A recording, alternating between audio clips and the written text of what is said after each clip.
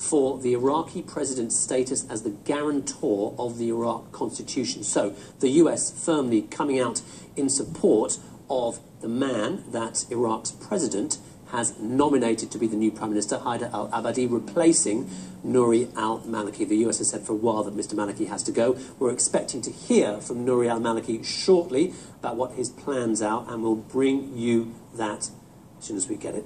But let's pick up on the topic of Ebola. We've been hearing about how around 1,000 people have been affected, have died in the outbreak in West Africa. Other countries are involved, and experimental treatments being used to treat a Spanish missionary who picked up the disease in Liberia, and also 2 Americans who also picked up the disease in West Africa and were taken back to America for this experimental treatment.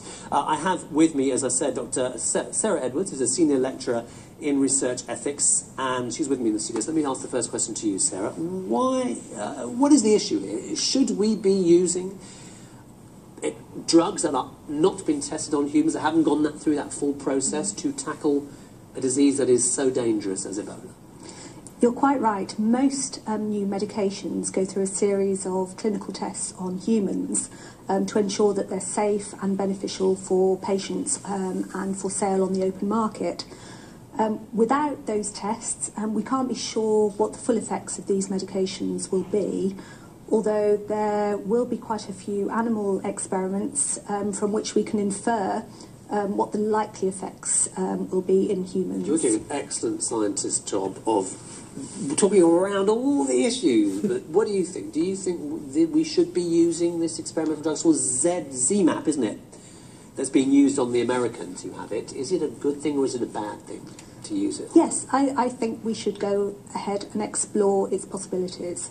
That's not to say that we should give the drug to all patients all at once. I mean, clearly that wouldn't be possible anyway. But it would be possible to provide affected patients with access to it on a stepwise basis and evaluate its effects as we go along, so that the decisions we make about the next patients can be informed by the very latest information. All right, let's go to Manchester, speak with Dr. John Ashton, who's been waiting patiently to talk to us, the President of the UK Faculty of Public Health. What do you think, Dr. Ashton? Should these experimental, untested drugs be used on this current Ebola outbreak? Well, look, the firefighting comparison is a good one. I mean, we're fighting a fire here now because we've known about this virus for 40 years and we haven't done the research because it was affecting poor black Africans, not wealthy white executives. So we're in a bad place here. And it's not ideal. Ideally, you would go through randomized controlled trials and so on. But on the other hand, if you cast your mind back to the Second World War, when penicillin was introduced in battlefield conditions without the sort of test we'd now insist on, you can see that sometimes there are other imperatives at work. But the real issue here is prevention. We're dealing with the aftermath of war, very poor conditions, poor environments, poverty, poor sanitation, and the real solution here is to get to grips with that. People need soap and water, they need to be able to have basic hygiene, and they need good quality clinical facilities to separate people who are thought to have the condition from everybody else. Sure. That's where the West has failed to put those resources in. The issue about pharmaceuticals is a secondary question. Well, I mean, not for the people who've come down with Ebola, it's not really, is it? I mean, right now we're faced with an outbreak that is spreading from West Africa. People in other countries have it as well. And there is an experimental drug. So simply, I mean, do you think, yes or no, that we should be using this drug ZMapp on more people? Well, clearly there's a case for using it among health workers on the ground who are putting themselves at risk every day to look after the victims of this disease.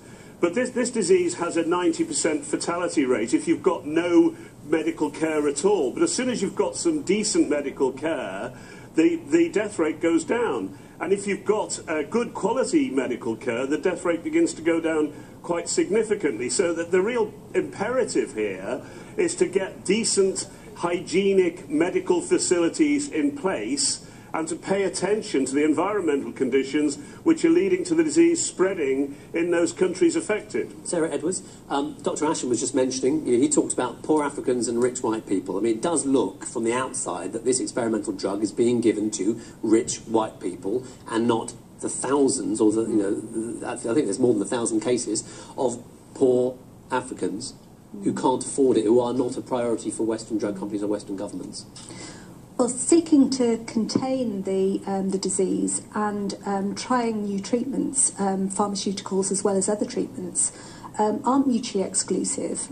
However, in order to evaluate the effects of a new treatment, however large we might expect those effects to be, we would need the facilities to be there on the ground so that patients can be closely monitored and their condition managed, as well as the data being shared quickly and efficiently so that more patients can reap more benefits from this valuable research. So actually practical problems with applying this as an experimental drug. Okay, and we know also that the company that makes it can't make it fast enough because they're only a small company. Sarah Edwards and Dr. John Ashton up there in Manchester, thank you both very, very much for coming and talking about this extremely pertinent issue. Stay with us, still to come here on Global. While millions of people in